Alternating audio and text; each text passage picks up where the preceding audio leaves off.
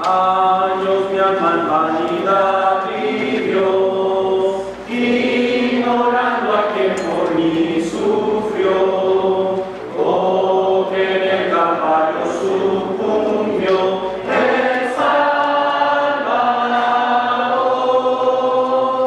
Mi alma y divina gracia yo, Dios ahí perdón y paz me dio. Del pecado ahí me libertó el Salvador. Por la Biblia mío que pequé y su ley divina quebranté, mi alma entonces contempló con fe al Salvador. Mi alma y divina gracia yo, Dios ahí perdón y paz me dio.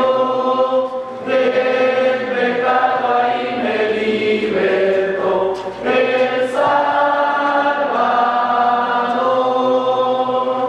Toda mi alma a Cristo ya entregué, hoy le quiero y sigo como al Rey. Por los siglos siempre cantaré al Salvador.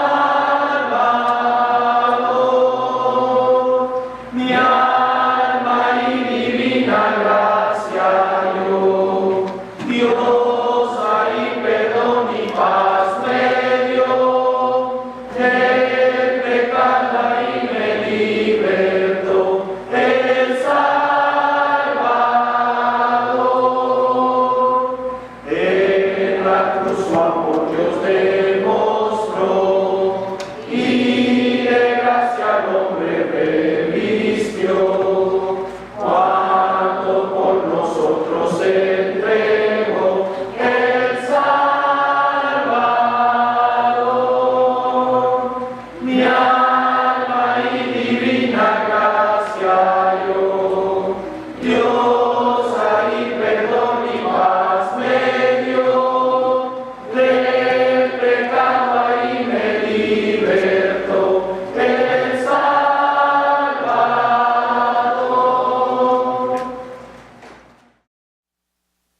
Buenas tardes. Sean todos bienvenidos que nos acompañan a este servicio de oración. Para mí, como siempre, va a ser un gran honor y un privilegio el poder participar de esta conmemoración o de este memorial, donde pues recordamos precisamente ese sacrificio de amor que hizo Dios para el hombre. Ese es un sacrificio muy importante que pues participar siempre debe ser un honor y un privilegio en oír y venir a oír su palabra. Y aparte también de los beneficios o las bendiciones que Dios da a los que confiamos en Dios, a los que tenemos esa confianza, ¿no? de que nos ayude en nuestras debilidades y también que nos cuide. Y esta semana precisamente tuvimos un pequeño accidentillo ahí yo y Camilo y gracias a Dios que nos cuidó. Una aventura así media chistosa, pero yo siempre le he dicho a la gente que Dios cuida a los tontos y Dios nos cuidó, gracias a Dios, y por eso le damos gracias a Dios por darnos la oportunidad pues también de participar en esta mesa y sobre todo de predicar. Las predicaciones son muy importantes, espero que ustedes así lo vayan entendiendo. Las predicaciones son las que nos ayudan a pues ir moldeando nuestro carácter. Las predicaciones son para ver dónde estamos mal y que la palabra de Dios nos vaya moldeando, nos vaya como Él es el alfarero, ¿verdad? Él es el que dice su palabra y el que es de fe va oyendo la palabra y la palabra lo va moldeando, porque así pasa. Los hermanos cuando han predicado sus mensajes a veces nos ayudan a muchos, ¿verdad? Cuando es un mensaje parece que es duro, pero ese mensaje nos ayuda a entender que a veces estamos mal y Y es que hay veces cuando se predica de tal manera y meditamos, pues la conciencia nos redarguye. La conciencia nos dice, algo está mal, algo está pasando. Ese se le llama un remordimiento. Es un remordimiento y quizás alguien pueda preguntar, ¿qué es un remordimiento? Yo creo que quizás alguien no tenga remordimientos, quizás alguien no le afecte nada, pero remordimiento es, según el diccionario, es un dolor moral por la conciencia de haber hecho una mala acción. Ese es un remordimiento. Pero no todos tienen remordimientos. Hay personas que viven sin ellos. Hay personas. Y lo voy a decir por esto. Esta semana me puse a ver la tele y vi que este artista, ya lo he visto antes, este artista Morgan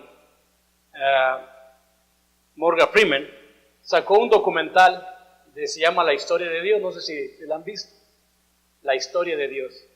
Y por medio de ese documental lo lleva a todas partes del mundo las creencias de Dios, los hindús, los budistas, se va inclusive al satanismo, a todas partes nos va llevando a qué es lo que la gente cree de Dios, del bien y del mal.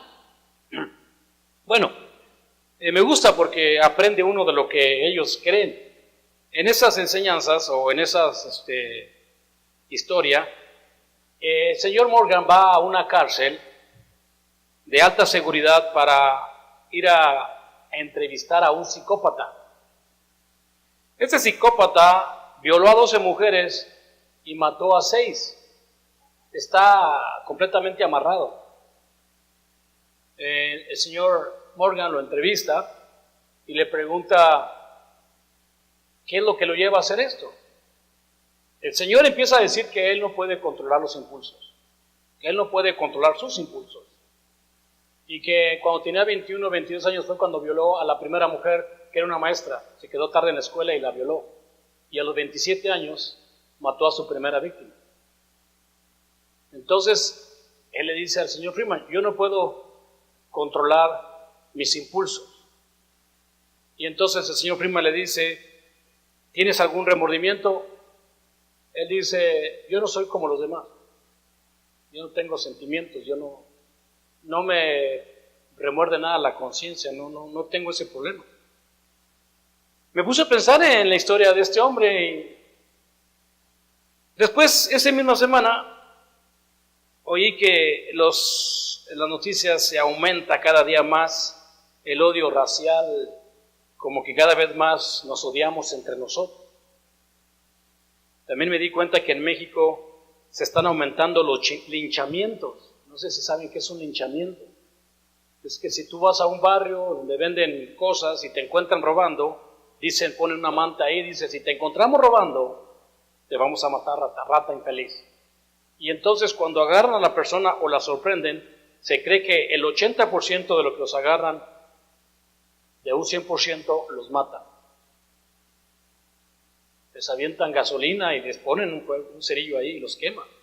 Es una cosa horrible. Es una cosa fea lo que está llegando el mundo. A lo mejor siempre ha sido estado así. Yo me puse a pensar en tratar de juzgar a estas personas. Yo quiero que ustedes se pongan a juzgar a estas personas. Quiero que se pongan a pensar, ¿qué piensan de esta gente? Que viola, que odia, esta gente que lincha gente, o sea, matan así. Nosotros podemos juzgar a todos y decir, qué gente tan bárbara, qué gente sin remordimiento, su conciencia no les molesta. Pero quizás mi pregunta les pueda incomodar a ustedes, porque quizás según la opinión de mía o la del pueblo, sí hay diferencia. Yo no soy un psicópata. Tampoco me atrevería a linchar a nadie, ni tampoco odio a nadie.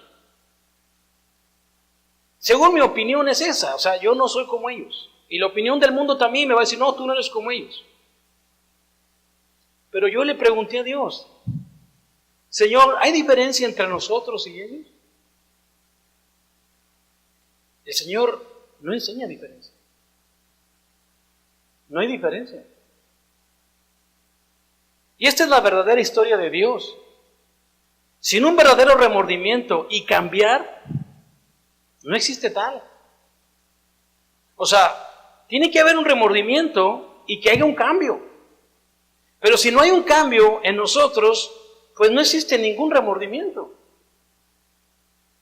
Podemos oír 1500 predicaciones que nos dicen que estamos mal, y las 1500 predicaciones las metemos por aquí y salen por acá. No hay remordimiento.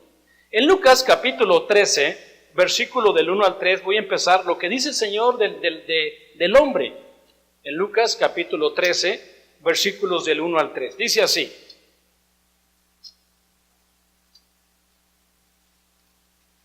Dice, en ese mismo tiempo, 13:1, en ese mismo tiempo estaban allí algunos de los que le contaban acerca de los galileos cuya sangre Pilatos había mezclado con los sacrificios de ellos. Respondiendo Jesús y les dijo, ¿pensáis que estos galileos, porque padecieron tales cosas, eran más pecadores que todos los galileos? No os digo, no, antes si no os arrepentís, todos pereceréis igualmente. Aquí vemos claramente que Dios no hace excepción entre un psicópata y otra persona. El psicópata dice, por lo menos el psicópata tiene hasta cierta sinceridad. No puedo controlar mis impulsos. Segundo, no existe el remordimiento. O sea, ustedes me vienen a decir a mí que ustedes pueden controlar sus impulsos, sus deseos pecaminosos carnales. Ustedes me pueden decir a mí que cuando cometen una falta, se sienten que la conciencia les arde, se sienten mal, o simplemente somos como los psicópatas. No existe ningún remordimiento de lo que hayamos hecho.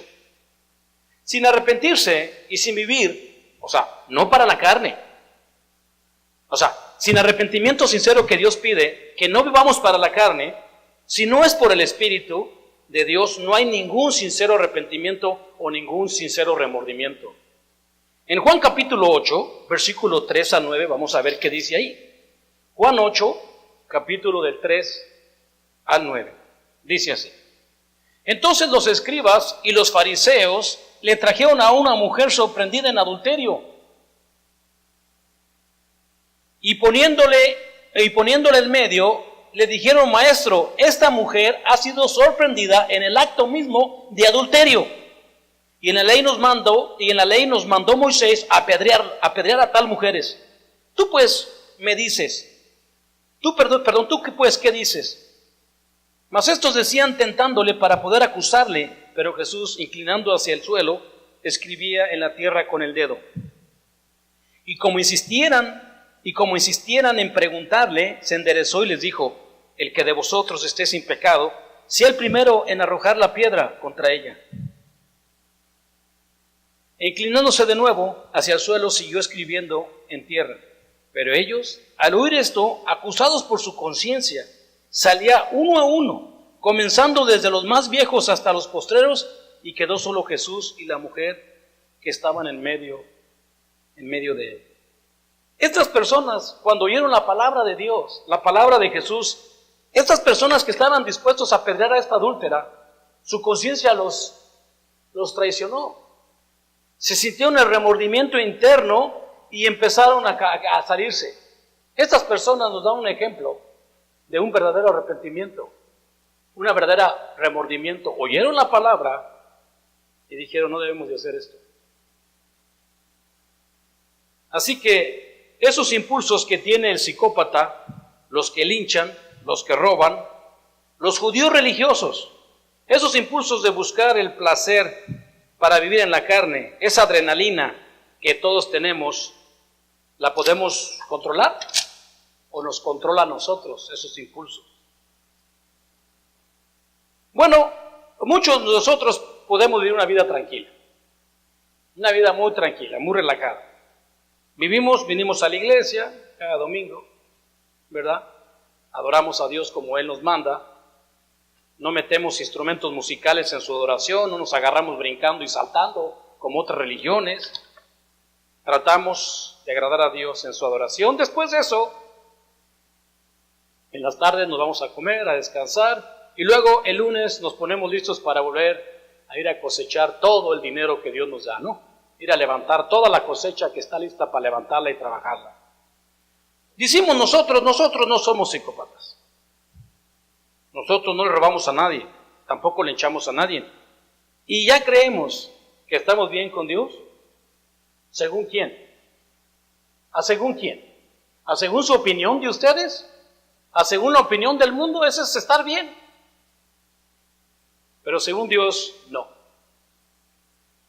Estamos quedando muy cortos con el Señor, muy cortos. ¿Y por qué digo que no? Hermanos, Santiago 4:17 lo dice.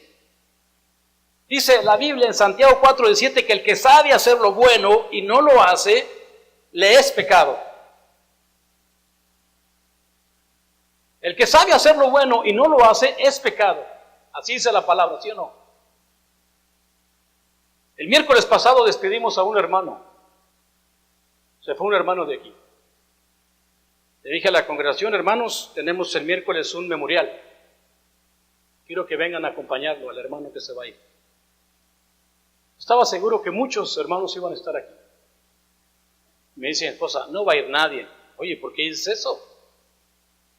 Es un memorial. Estamos recordando a alguien que se va a ir. La Biblia dice que es mejor que estar en un memorial. Los hermanos tienen que entender que aquí podemos hacer algo bueno.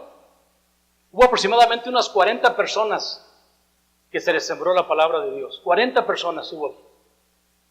Sembramos la palabra, cantamos. Las personas a las que yo hablé con ellas quedaron contentas. Dijeron, oye, qué bonito el memorial. Algunas hermanas hicieron unos bocadillos para los invitados, unos cafecitos. Pudimos haber hecho algo bueno en ese día. Sin embargo, muchos no tomaron esa oportunidad de hacer algo bueno en ese momento. Es algo bueno. Pero usted todavía pueda preguntar, bueno, ¿qué más se puede hacer si algo bueno? Hermanos, la Biblia entera te dice lo que es bueno y lo estamos ignorando completamente. Romanos capítulo 12, versículo 1 que dice, así que hermanos, os ruego por la misericordia de Dios que presentéis vuestros cuerpos vivos, santo, agradable a Dios, que es vuestro culto racional. Número 1, el Señor está diciendo que debemos de presentar nuestros cuerpos todo el tiempo. Eso es lo bueno. Presenta tu cuerpo. ¿Y para qué? Te dice claramente, no te conformes a este siglo. Pero lo ignoras. Y lo ignoras deliberadamente, no tienes tiempo. ¿Por qué? No puedes controlar tus impulsos. Eres como el psicópata. No los puedes controlar. Tus impulsos te están controlando tu vida. Tus impulsos de ir a no sé a dónde vas. Porque sí, yo entiendo que tienes que trabajar. Pero no puedes controlar los impulsos porque no tienes tiempo de venir a sacrificarle a Dios un poco de tiempo. Segundo, ¿qué es más bueno? Segunda de Pedro, capítulo 1, versículo 5, dice que a nuestra fe añadirle virtud. Segunda de Pedro 1, 5, apúntelo. A nuestra fe hay que añadirle virtud. A la virtud conocimiento. ¿Al conocimiento qué? Dominio propio. Al dominio propio piedad, paciencia y todas las cosas que van aumentando. Pero tampoco tienes tiempo de estar añadiendo a tu virtud conocimiento. Tampoco tienes ese tiempo. También eso es pecado. Primera de Corintios 10. Os ruego, hermanos, por la misericordia de Dios, que todos pensemos una misma cosa. Primera de Corintios 1:10. Que todos estemos unidos en una misma mente y un mismo parecer. Pero tampoco tenemos el tiempo de tener esa solicitud de guardar la unidad del Espíritu. Hebreos 10, 23 al 25. Mantengámonos firmes sin fluctuar la profesión de nuestra esperanza, porque fiel es el que prometió. No dejando de reunirnos como algunos tienen por costumbre, sino exhortándonos, dice la palabra, exhortándonos, y cuando veas que aquel día se acerca, el día del Señor. Pero tampoco tenemos tiempo para eso. Porque nuestros impulsos carnales, nuestros deseos de placer nos llevan a hacer otras cosas. Y deberíamos de ser como el psicópata, si no los puedo controlar. Y tampoco hay ningún remordimiento. Todo el mundo lo hace. Todo el mundo lo practica. ¿Por qué tengo que yo sentir algún remordimiento? Bueno, yo sé que la salvación es individual. Cada quien va a saber lo que está haciendo. ¿Dónde está el psicópata? ¿Ahí quisieras estar tú en la cárcel? En vida eterna. Creo que hasta lo van a matar. O sea, si eso es lo que tú quieres hacer, eso vas a tener. Otra escritura, Romanos 8:13, hermanos, si vivís conforme a la carne, moriréis. Pero si por medio del Espíritu haces morir las obras de la carne, entonces ¿vas a qué? Vas a vivir. No me vengan a decir que no saben lo que es lo bueno. O sea, todo lo que es el Nuevo Testamento ahorita el hermano leyó en la primera la escritura, dice, a fin de que el hombre de Dios esté perfectamente preparado para toda, ¿qué? Buena obra. Sí, quizás a mí no me hubiera gustado venir el miércoles a dar un speech de la muerte. Quizás me hubiera quedado a ver el programa de Netflix, está más emocionante. Pero yo sé que había una oportunidad de sembrar la palabra a 40 personas. Podía decir, bueno, aquí hay una oportunidad. Y los demás hermanos pudieron platicar con otras personas sobre el tema de el evangelio y la salvación. Es algo bueno, ¿que no? Eso yo lo veo bueno. Y si ustedes no creen que eso es bueno, a veces, no, es que yo no creo que lo que acabas de leer es bueno, inclusive creo que eso es secundario, ahí lo leemos todos los martes, eso es secundario. Si tú no crees que hacer eso, ahí te va otra buena, Apocalipsis 3:15. Ahí te va otra, lo que dice el Señor o lo que el Señor piensa de una persona que no puede controlar sus impulsos. Apocalipsis 3:15 dice, yo conozco tus obras, que ni eres frío, ni tampoco eres caliente. Ojalá fueses frío o caliente. Pero cuanto eres tibio y no frío ni caliente, te vomitaré de mi boca. Porque tú dices, yo soy rico y me he enriquecido y de ninguna cosa tengo necesidad. ¿No sabéis que eres un desventurado, miserable, pobre, ciego y desnudo? Por tanto, yo te aconsejo que de mí compres oro refinado en fuego para que seas rico y vestiduras blancas para vestirte y que no se descubra la vergüenza de tu desnudez. Unge tus ojos con colirio para que puedas ver. Esta escritura, hermano, está fuerte, está muy dura, pero claro, si no existe un remordimiento, no existe nada. Si oye hoy, no se preocupe, mañana ya Satanás se los quitó de la mente. ¿Por qué? Porque mañana otra vez van a empezar sus impulsos, o mis impulsos van a empezar a trabajar. Y remordimiento, si te veo ni me acuerdo. Pero esta escritura es dura. Aquí Dios está mandando un mensaje muy duro a la iglesia de Laodicea. Oh, se estaban haciendo ricos en esa iglesia. Y servían a Dios, como tibio es, cuando me convenga, a la hora que me convenga y cuando yo quiera. Dios no va a controlar mis impulsos. Dios no va a decir cuándo tengo que venir, ni cuándo tengo que faltar. Yo controlo mi schedule, mi horario. Él no lo va a controlar. Pues no veo diferencia entre un psicópata y una persona así. No veo la diferencia. Yo creo que esta congregación lucha por seguir a Cristo y servir a Dios, no a la carne, no al hombre, y que todos tenemos impulsos, y que esos impulsos no son para servir a la carne, o por lo menos no deben ser para servir a la carne, sino a Dios, por nuestra fe que tenemos. Yo sé que en cierta manera nadie nos debería de enseñar esto, nadie nos debería explicar como niñitos lo que tenemos que hacer. Ya todos deberíamos de saber de antemano por qué me bauticé, por qué obedecí el evangelio. Yo entendí muy claramente por qué me bauticé. Nadie me tiene que estar repitiendo cada semana esto, yo ya lo sé. Pablo lo explica muy claritamente en Romanos capítulo 6. Romanos 6, versículos del 1 en adelante, explica el propósito del bautizo. ¿Por qué me bauticé? En Romanos 6, versículo 1 dice, ¿qué pues? Pregunta el Espíritu Santo, ¿qué pues diremos? ¿Perseveremos al pecado para que la gracia abunde? O sea, esto está diciendo que si debo de seguir con mis impulsos carnales para que Dios me siga bendiciendo espiritualmente, en ninguna manera. Porque los que hemos muerto al pecado o a los impulsos pecaminosos, ¿cómo podemos seguir practicándolos? ¿Cómo? O sea, tú ya tomaste una decisión de haberte muerto. Tomaste tu decisión, no importa la edad que hayas tenido. Dijiste, yo ya me quiero morir a estos impulsos carnales, yo ya no quiero vivir por ellos. Tú lo dijiste, se lo dijiste a Dios, enfrente de ángeles, enfrente de testigos, y Dios como testigo. Se lo dijiste a Él, métetelo en la cabeza, en tu alma, de que tú lo hiciste, y dices, ¿o no sabéis que todos los que hemos sido bautizados en Cristo Jesús, hemos sido bautizados en su muerte? ¿Por qué te quisiste morir?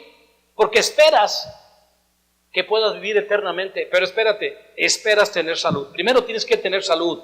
Dice, Porque somos sepultados juntamente con Él para muerte por el bautismo, a fin de que como Cristo resucitó de los muertos por la gloria del Padre, así también nosotros andemos en una vida nueva. Esta vida nueva es andar en el Espíritu, haciendo las obras del Espíritu, sirviendo a Dios siempre, aunque no nos conviene su tiempo, aunque no nos gusta su horario, aunque no nos gusta lo que nos manda, no importa.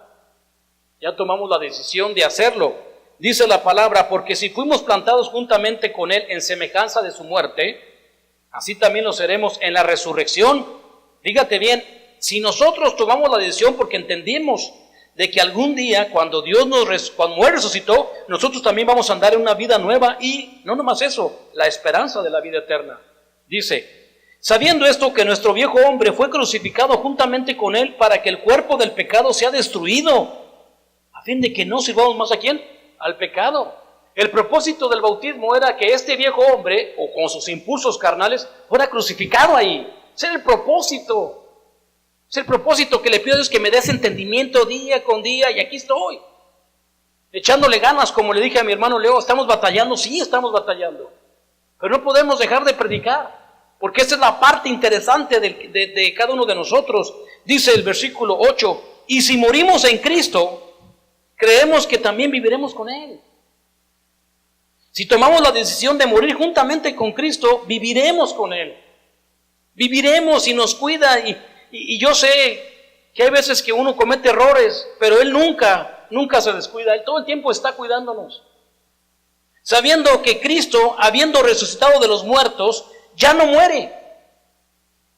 La muerte no se va a enseñorear más de Él. Ese es el propósito más interesante. Cuando ya llegue tu día de tu muerte, cuando ya sientas que te vas a ir, no te vas a ir.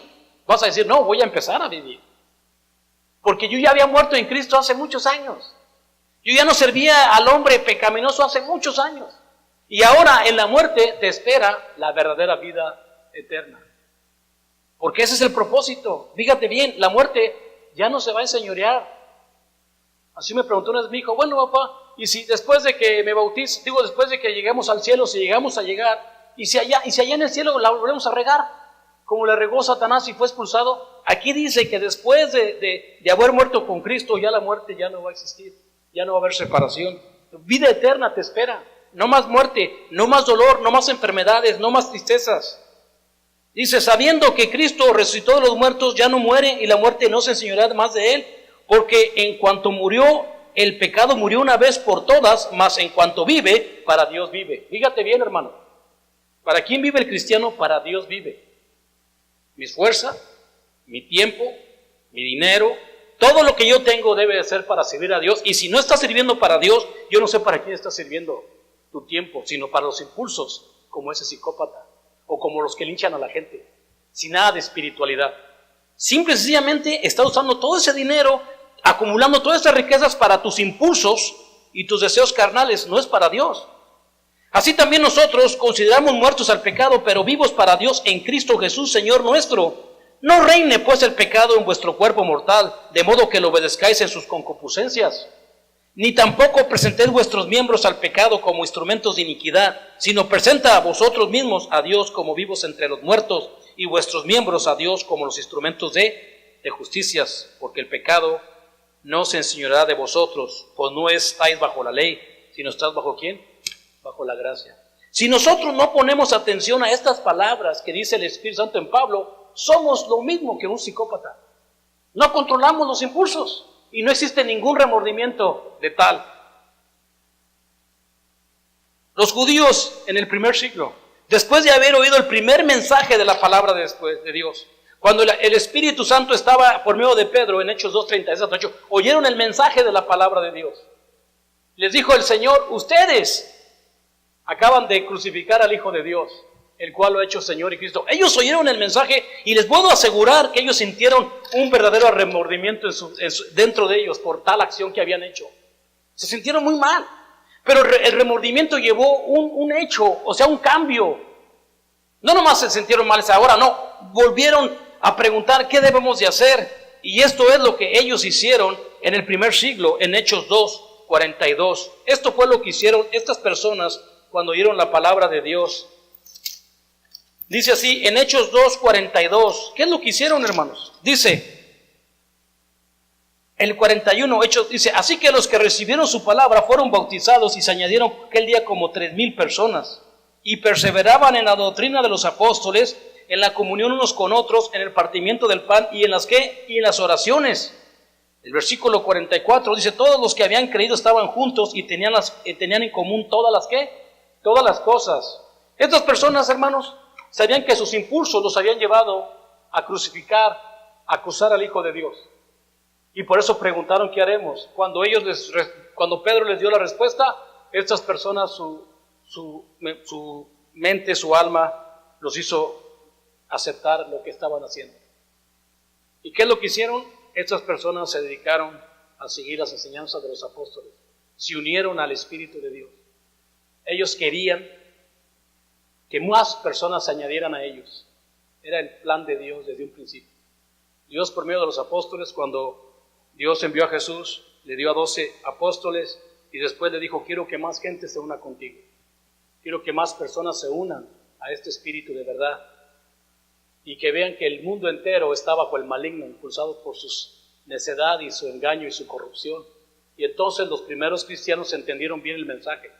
No, ellos no eran como nosotros. Ellos, si hubiera sido un funeral de un hermano, estarían llorando, tristes todos. Inclusive algunos se podrían parar, haber dicho palabras, dándole un adiós al hermano, diciéndole: allá nos vamos a ver, hermano. Yo sé que vamos para allá. Estarían verdaderamente... Es más, yo creo que muchos ni creemos en la muerte. Me va a tocar a mi hermano. Yo creo que a lo mejor el día que me mueran ni moscas va a ver a lo mejor. Así como vamos. Que ya no hay remordimiento, ni sé si yo ni me acuerdo. Pero estos hermanos nos enseñaron exactamente el propósito del remordimiento y el cambio.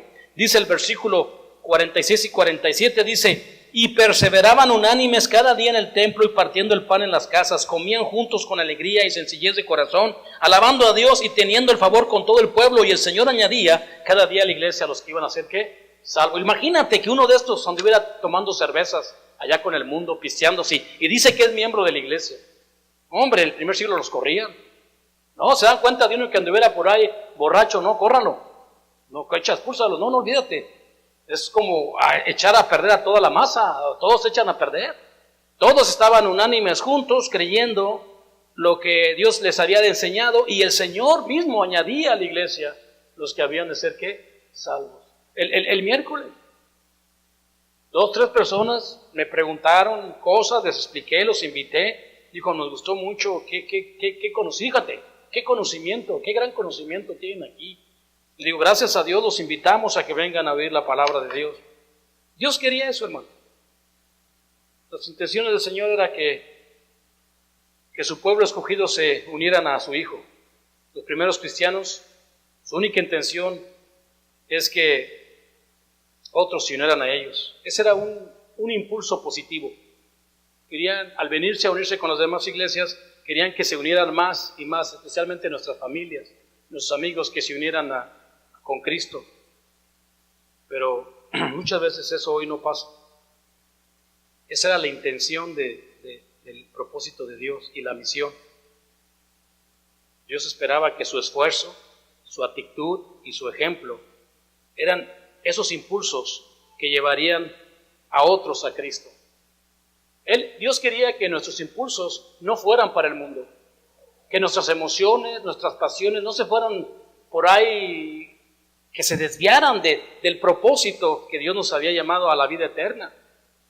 Pero hoy esos impulsos se desvían muy fácil, y lo hacemos muy sin chiste. No hay problema. Aunque te diga que en el Viejo Testamento, si un miembro del pueblo de Israel no guardara el sábado, lo mataban a pedradas. Te mataban a pedradas. Hoy, tú no lo guardas y ¿sabes qué? Si bueno, ni me acuerdo, no importa. Al cabo, ¿quién te va a matar? Nadie te va a hacer nada. Tú mismo te vas separando de Dios muy lentamente, dice el hermano Marcos. Lo que pasa, hermano, cuando Dios nos da su espíritu, ¿verdad?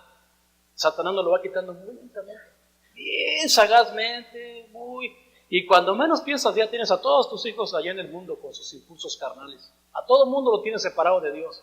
Pero tú ni cuenta te diste a qué hora se fueron.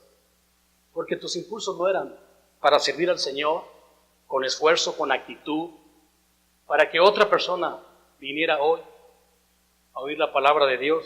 Ese es el problema que tenemos hoy. En Romanos 6:19 te lo dice también el Espíritu Santo. Romanos 6:19 dice: hablo como humano, por vuestra humana debilidad, que así como para iniquidad presentáis vuestros miembros para servir a la inmundicia y a la iniquidad, así ahora, para santificación, presentar vuestros miembros para servir ¿a quién? A la justicia. Sí, el psicópata, él dice que él es débil y que él no puede controlar. Yo quisiera decirle al psicópata: no te preocupes, estamos igual que tú. Aquí todo el mundo es igual que tú. Nadie puede controlar sus impulsos y nadie tiene un remordimiento sincero. Pero esta palabra que dice el Señor: así como ibas allá con tus impulsos en el mundo, ahora vente así. Ahora vente así a usar tu cuerpo para la justicia, servir a la justicia. Pero, como dije muchas veces, no existe eso. Así que, ¿te dedicas tus impulsos a quién? ¿Hay remordimiento? ¿Hay algo de qué arrepentirse? Porque el arrepentirse te lleva a un cambio. Te va a llevar a un cambio. Cambiar. Eso es lo que necesita el hombre, arrepentirse y bautizarse para entrar en una vida nueva. Si nosotros, dice Pedro, si nosotros con dificultades se va a salvar, ¿verdad? El que está dentro con dificultades, ¿dónde van a aparecer aquellos? El impío que no quiere cambiar. Aquel que todo el día practica el pecado, vive para el pecado y no hay un remordimiento de nada. ¿De qué se va a arrepentir? Según él no peca. Así es que, hermanos,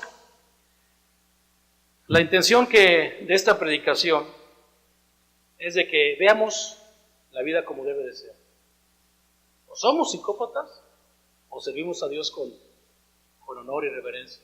Y luchamos a partir de este día de no ofender a Dios y estar siempre nuestra mente, que es la mente de Dios, que es el cerebro aquí, que es aquí donde quiere reinar Cristo, es donde debemos de estar siempre estudiando su palabra hasta que se quebre la cabeza.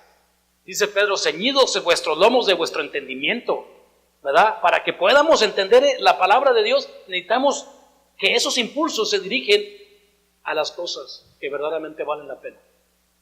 Si no, no va a haber ganancia, hermano.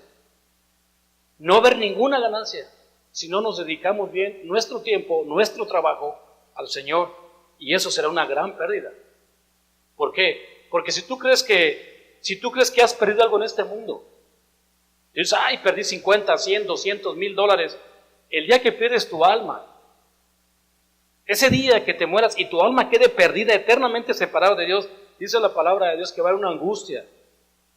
Va a ser un dolor tan fuerte que no vas a poder soportar ese dolor. Yo siento que debe ser, para mí, yo lo puedo comparar cuando una madre joven, una madre de 30 años pierde un hijo de 15 años en un accidente.